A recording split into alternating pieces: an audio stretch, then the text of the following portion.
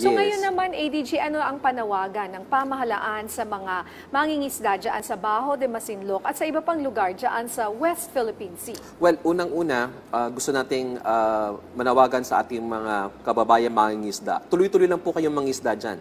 No, that is part of our territory and the government is going to support you.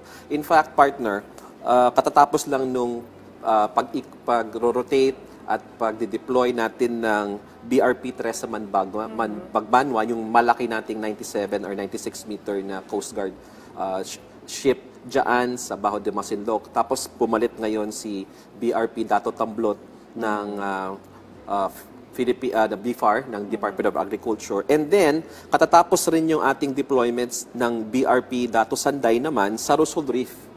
At dito naman sa Rosol Reef, noong first week of February, 16 commercial fishing vessels naman ang tinulungan ng ating pamahalaan through the provision of all types of supply. So, hindi lang po sa Bajo de Masinloc tayo tumutulong sa mga mangingisda. Sa ibang lugar din tayo sa West Philippine Sea. Yes. We are increasing our rotational presence. So, sa atin po mga kababayang mangingisda, ang panawagan po ng National Task Force West Philippine Sea at ng National Security Council, patuloy lang po kayong mangingisda dyan. That is Philippine territory.